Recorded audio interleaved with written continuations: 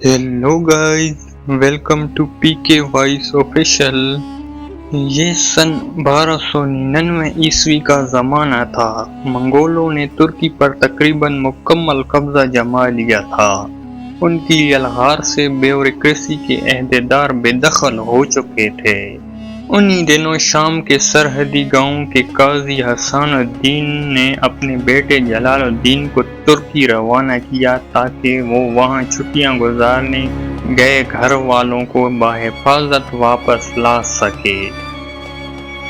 लेकिन इस सफर में जलालुद्दीन के साथ एक ऐसा वाक़या पेश आया कि जिसकी याद से वो तमाम उम्र खौफ से कांपता रहा। जलालुद्दीन बयान करते हैं, जब हमने बेरा शहर को क्रॉस किया, शाम ढलने लगी और बूंदाबांदी शुरू हो गई। बारिश और मंगोलों जासूसों से बचने के लिए हमने एक पहाड़ी गार में पनाह ली। थकन से चूर होकर सब ने आग जलाई और नींद की आगोश में चले गए। रात के किसी पैर मेरी आंख खुली तो दिल हलक में आ गया। आग के पास एक अजीबोगरीब औरत बैठी थी। उसके लिबास स्याह थे और सबसे डरावनी बात, उसकी आंखें बिल्ली की आंखों की तरह खड़ी पतलियों वाली थी। खौफ के मारे मेरी आवाज बंद हो गई। मैं अपने साथियों को जगाने के लिए उन पर कंकरियां फेंकता रहा, मगर कोई भी ना जागा। कुछ ही देर बाद गार में और लोग दाखिल हुए। उन सब की आंखें भी इसी औरत की तरह, उनके साथ एक कम उम्र लड़की भी थी। वो औरत बोली, मैं चाहती हूँ तुम अपनी शादी मेरी बेटी से कर लो।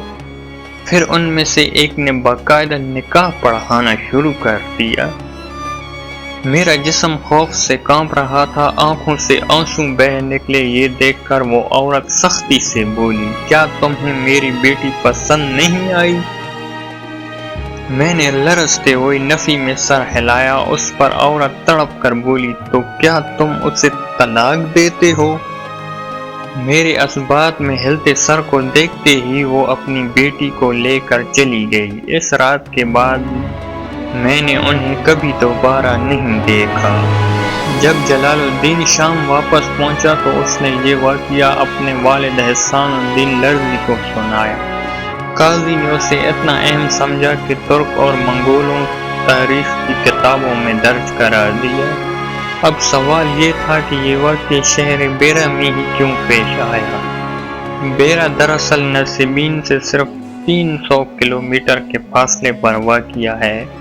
वही नसीबीन जहाँ के जिन्नात नबी करीम सल्लल्लाहु अलैहि वसल्लम के पास से गुजरते थे और जिनका जिक्र वादी नखला में मिलता है। ये दोनों इलाके जोग्राफियाई एतबार से यकसा हैं, पहाड़ों गारों से भरे हुए हैं। यही वजह है कि कहा जाता है तुर्की और शाम की सरहदी वादियाँ आज भी जिन्नात की आबादियों से भरी पड़ी हैं। यूं जलालुद्दीन का ये वाक़या इस बात की याद दहानी कि हमारी दुनिया के पहाड़ों और वादियों में कुछ ऐसे राज छुपे हैं जो शायद इंसान कभी पूरी तरह ना जान सके। और जब रात गहरी हो, बारिश के बाद की नमी हो, फिर रची हो और अलाव की आग भड़क रही हो, तो ऐसी दास्तानें दिल को एक साथ डरावनी भी हैं और हैरान भी कर देती हैं। ये थी गाइस हमारी आज की वीडियो। अगर आपको हमारी स्टोरी पसंद आई है तो लाइक, शेयर और सब्सक्राइब लाजमी करें। इंशाल्लाह मिलते हैं कल एक न्यू स्टोरी के साथ। तब तक के लिए अल्लाह हाफिज़।